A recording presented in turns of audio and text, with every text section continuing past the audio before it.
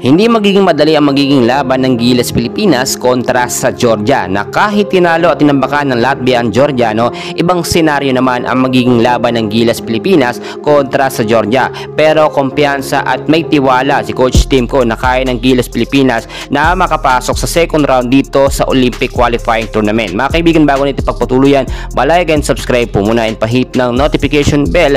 Maraming salamat po. Ang ginamit na opensa at depensa nga po ng Gilas Pilipinas o sistema sa naging laban sa Latvia na posible din maging efektibo dito sa Georgia ay eto nga pong sinasabi natin na unusual offensive system, or in short, yung tinatawag ni Coach Timko na triangle offense na may kasamang experience na European style na napanood nila or nakuha nila sa tune-up game sa Poland at sa Turkey. So kung titignan po ninyo, posible din gamitin ulit ni Coach Timko yung first 5 noong nakaraan, mga kaibigan, which is very effective talaga. Basta hindi mawawala etong tatlong player ng Gilas Pilipinas, malaki ang chance natin na maulit yung nangyari sa Latvia dito sa Georgia. Ang tinutukoy ko, etong si Kai Sotto, si Justin Brownlee at si Junmar Fajardo. Marami ding nakapansin na talagang medyo confident kapag hindi kinakabahan ng Gilas, kaya nilang madumina ang laban.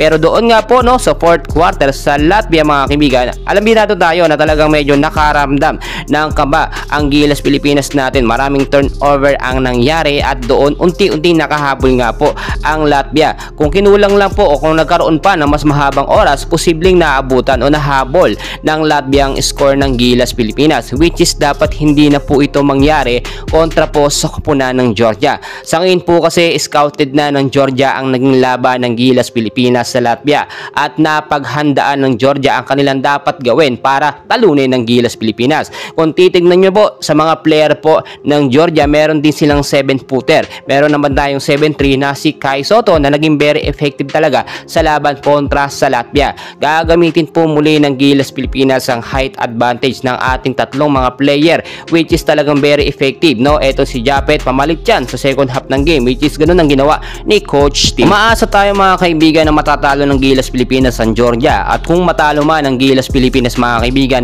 sana hindi ito aabot ng 18 points pataas para makapasok pa rin tayo sa second round ng Olympic Qualifying Tournament. Pero nakita natin yung isang sikreto dito ng Gilas Pilipinas na hindi po nila ipinakita sa tune-up game.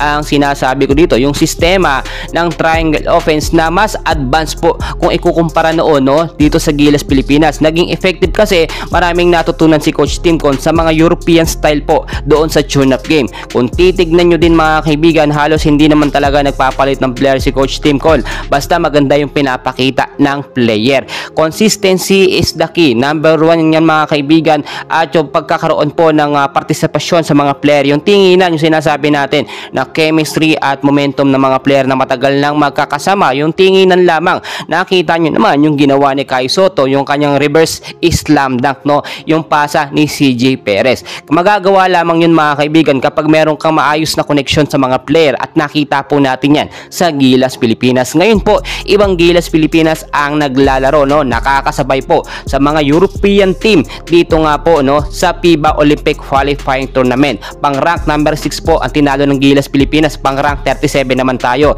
At ito po nangyari lamang 62 years na po ang nakalipas, at ngayon po muli may tinalo tayo na European team. Talagang sobrang nakaka-proud po yan. Kaya naman naabangan natin na maging laban ng Georgia at ng Gilas Pilipinas, and hopefully ganung sistema ulit ang gamitin, and for sure mananalo ang Gilas Pilipinas. Kaya naman, mga kaibigan, huwag mong kalimutan mag-like and subscribe para ma-update kita sa Gilas Pilipinas na laban mamaya. Maraming salamat po.